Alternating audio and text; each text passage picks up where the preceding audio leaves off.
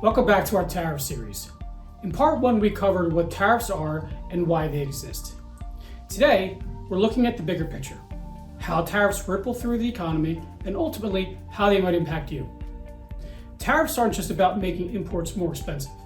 They create chain reactions that affect industries, jobs, and even investments. But are they all bad?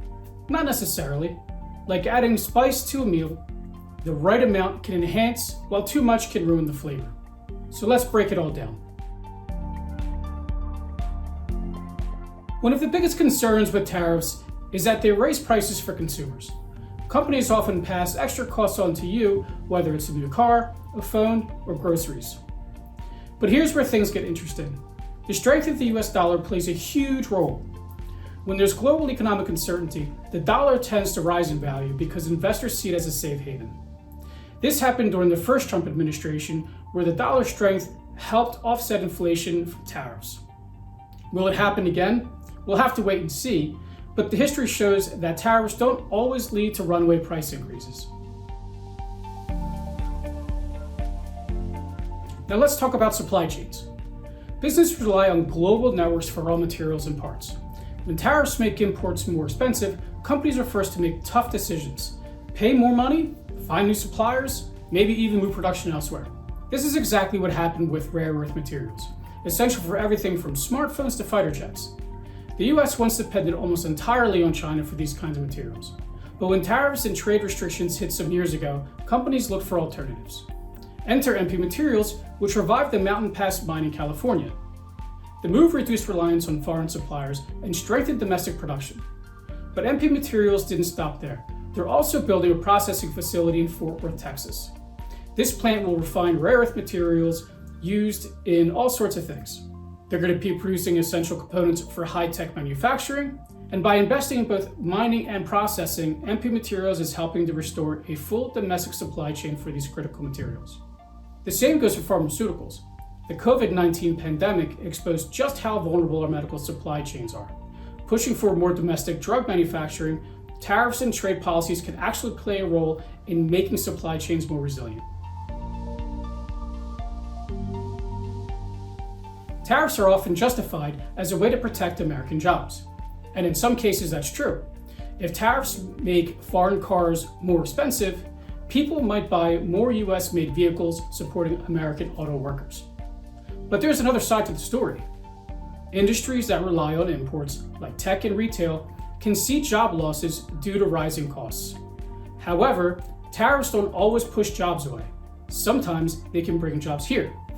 Take Toyota, which expanded its US manufacturing footprint, or Taiwan Semiconductor, currently building a massive chip plant in Arizona.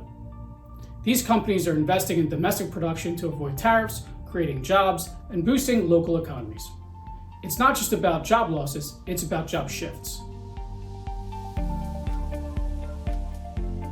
If you're thinking this sounds complicated, you're absolutely right. Tariffs can slow trade, but they can also create domestic growth. This is like slamming the brakes on a fast-moving car. Sometimes it's necessary, but it definitely changes the ride a bit. Industries like steel, aluminum, and semiconductors have benefited from tariffs because they're no longer competing with artificially cheap foreign imports. Meanwhile, businesses dependent on global supply chains like automakers and electronics manufacturers, they have to find ways to adapt. And they do. As an example, Lowe's, the big box home improvement store, they increased sourcing from US-based manufacturers as part of its supply chain strategy. The US-China trade dispute in 2018, that caused a stock market volatility. But guess what?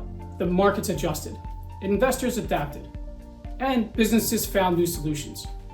That's the economy doing what we want to see it do: adapt and overcome. Tariffs are often part of a bigger conversation about trade fairness. A great example is the US-China trade war. China has been known to subsidize industries like technology and auto manufacturing, and that gives their manufacturers an unfair competitive edge. That's why tariffs are sometimes used as a countermeasure to level the playing field.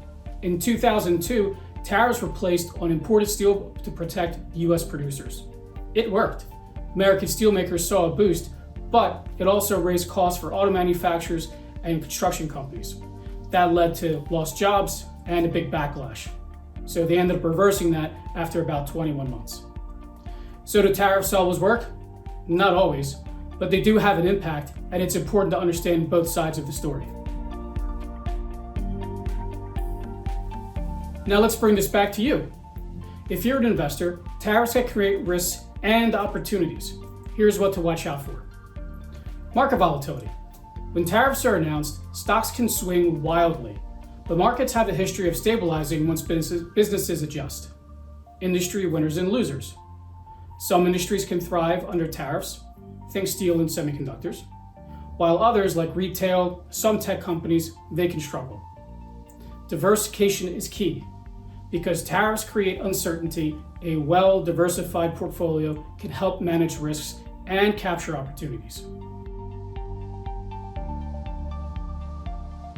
So what's the moral of the story? Tariffs aren't inherently good or bad. They're just a tool. Whether they help or hurt depends on the industry, the global economy, and how businesses respond. The key is staying informed. In the next episode of our Tariff Series, we'll explore how tariffs impact your investments. What happens to stocks, bonds, global markets? So if you're wondering how to navigate tariff-driven market changes, stay tuned.